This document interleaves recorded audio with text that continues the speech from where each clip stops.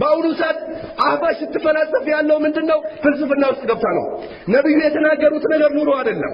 በተለያየ ሐዲሳቸው አላህ ከእርሱ በላይ መሆኑን ነግረዋል። ነብዩ ሰለላሁ ዐለይሂ ወሰለም እያንዳንዱ ሙስሊም የሆነ ሰው ዱዓ ስታደርግ እጅን ወዴት ነው የምትዘረጋው?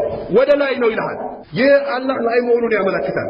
ሱፊዮች የሚቀሩት ክታብ ላይ ነብዩ ሰለላሁ ዐለይሂ ወሰለም ሰላት ለማምጣት እኮ ወደ ሰማይ ሄዶ ነበረ ይላል። እሺ ሰማይ መሄዳቸው ለምንድን ነው የሄዱት? አቃሊሱ ነው ቻይና ነው እንደሄዱት? ሳውዲ አረቢያ ነው እንደሄዱት? ነብዩ ሰለላሁ ዐለይሂ ወሰለም ወይስ እዛ እርሻ ነበራቸው? ለምንድን ነው የሄዱት ብለህ ብትጠይቀው ሰላት ሊያመጡ ከየት ነው የሚያመጡት? ከማን ነው የሚያመጡት ብትለው አላህ ዘንድ ነው የሄዱት ይላል። ይህ በሱ ለአንድ ሁጃ። ሌላ ነብዩ ሰለላሁ ዐለይሂ ወሰለም ባሪያዋን አገኙዋትና መንገድ ላይ አይነ አላህ አሏት።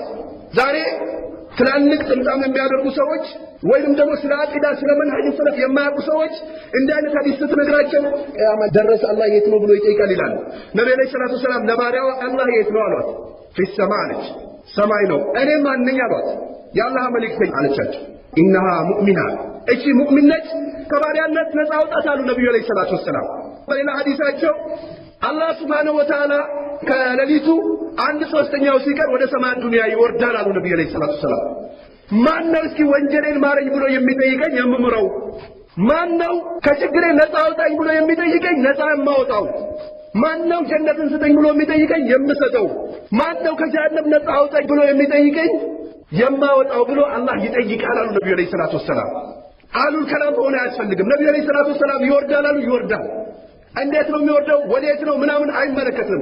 ነብዩ ሰለላሁ ዐለይሂ ወሰለም ይወርዳል ብለዋል፣ ይወርዳል፣ ይቀበላል። የአረፋ ቀን አሉ ነብዩ ሰለላሁ ዐለይሂ ወሰለም የሰው ልጆች በተሰበሰቡበት ቀን አላህ ወደ ሰማይ ዱንያ ይወርዳል፣ ከመላእክቶች ጋር ይፎካከራል።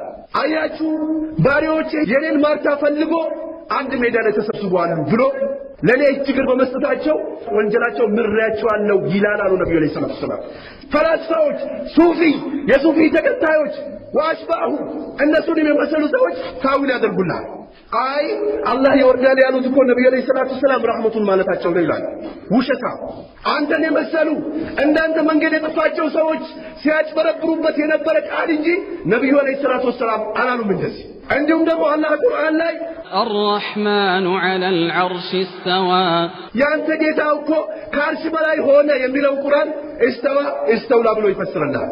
ስለዚህ እያንዳንዳችን እንዲህ አይነት ያፈነገጡ አመለካከቶችን ከእስልምና ጨርቃችን ጥለን ልንወጣበት የምንችል አመለካከቶችን የምንጠነቀቀው ሱናን ስንይዝ ብቻ ነው።